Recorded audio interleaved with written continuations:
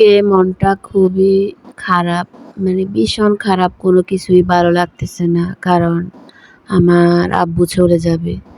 এর জন্য কোনো ভিডিও করতেও মন চাইতেছে না। তো তাই আজকে মানে তবুও এখন ভিডিও তো ছাড়তে হবে, তাই একটা রান্নার ভিডিও শেয়ার করছিলাম।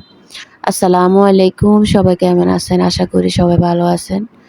তো আমার বাবা যে মানে ককমরি খানা আমি জানি না। খায় একদম নাকি ছোট, ছোট করে টুকরা করে, তাও মানে অন্যরকম, মানে আব্বা খাইতে চায় না। আমি তো জানি না, আমি ফার্ম মোরগ খাই না। জানি আমি কক মোরগটা আনছি, অনেক আশা ভরসা করে আনছিলাম। আমার বাবাকে রান্না করে দেওয়ার পরে আমার বাবা মানে এক টুকরা মাংসও খায় না, একটু চিড়ে খাইছে। আমার কাছে খুব খারাপ লাগতেছে। তারই সাথে, সাথে আরেকটা বিষয় খুবই খারাপ লাগতেছে। ওটা হলো কি, মানে কালকে ইলিশ মাছ রান্না করছি, তো ওখানে এক টুকরা আছে মানে আমার পাশেই পাতিলে, কিন্তু আমার এটা মাথায় নেই যে আমি এই পাতিলে কি আছে, মানে এটাই আমি খেয়াল হারিয়ে ফেলছি। আমি পাতিলটাতে তুলে আমি বলবো যে মানে আমার বাবারা যে মাছটা দিব ফাতে, যে আমার বাবা খাবে, মানে আমার এটা আমার মাথায় ছিল না। বাবা যখন চলে গেছে তখন আমি মানে ডাকনাটা তুলছি, কি লেগে তুলছি আমি নিজেও জানি না। তুলে দেখতেছি যে মাছটা, তখন আমার কাছে এত খারাপ লাগতেছে, মানে বুকের ভিতরে এখন পাতিলটার দিকে তাকাইলে আমার বুকের ভিতরে জানি কেমন করে, যে আমি মানে এখানে মাছটা আমার বাবা মানে ঝোল দিয়ে ভাত খাইছে, কিন্তু আমি মাছটা আমার বাবারে দিই নাই। এটা সবচাইতে খুব খারাপ লাগতেছে আমার। মানে মনে থাকে না, আমার মা মারা যাওয়ার পর থেকে আমি মানে কেমন জানি হয়ে গেছি, কোনো কিছুই মনে থাকে না। কোনো একটা জিনিস এখানে রাখলাম, কিছুক্ষণ পরে ভুলে গেছি।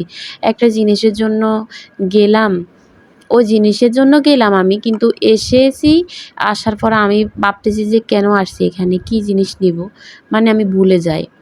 এই জিনিসটা আমার খুব একটা মানে খুবই এটা খারাপ অভ্যাস হয়ে গেছে। অভ্যাস বলতে আমার মানে স্মৃতিশক্তি নাকি মানে আমার কমে গেছে। তো খুবই খারাপ লাগতেছে এখন। বাবা চলে গেছে আজকে, মানে খাওয়া-দাওয়ার পরেই মানে আমি ওই যে অ্যাপস থেকে মোটরসাইকেল ভাড়া করছিলাম। তো ভাড়া করার পরে আব্বারে নিয়ে গেছে। বেশি সময় লাগে নাই, ০.৫ ঘন্টার একটু বেশি লাগছে মিরপুর যাইতে। আর যদি গাড়ি দিয়ে যাইতে তাহলে তো সারাদিন লেগে যাইত। কত কষ্ট, তাও কত কষ্ট করত। তো ওখান থেকে এখানে তাড়াতাড়ি চলে গেছে, ০.৫ ঘন্টা লাগছে। খুবই ভালো লাগছে যে যাগ্গা তাড়াতাড়ি গেছেই।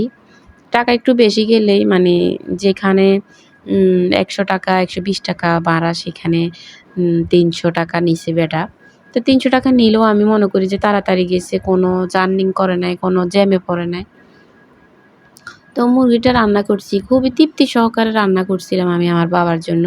কিন্তু বাবা খায় নাই, এটাই আমার সবচাইতে খারাপ লাগছে। আর আজকে বাবা চলে গেছে, তার জন্য আরও বেশি খারাপ লাগতেছে। একলা, একলা রুমের ভিতরে খাইতে মন চাইতেছে না। আমার বাবা আসছে, আমি এবার মন খুলে বাবার সাথে কথা বলছি। মানে অনেক কথা বলছি জীবনে, বাবার সাথে এত কথা বলি নাই। আমি ছোটবেলা থেকে বড় হইছি, এতটুক বড় হইছি। আমার বাবার সাথে কখনো আমি এত কথা বলি নাই। এবারে অনেক কথা বলছি বাবার সাথে। রাতের ১২টা পর্যন্ত, ১টা পর্যন্ত কালকে কথা বলছি। সারাদিনে ওই কথা সেই কথা বলি। ভালো লাগে, মানে কথা বলতে খুব ভালো লাগে। তো আমার মা তো মারা গেছে।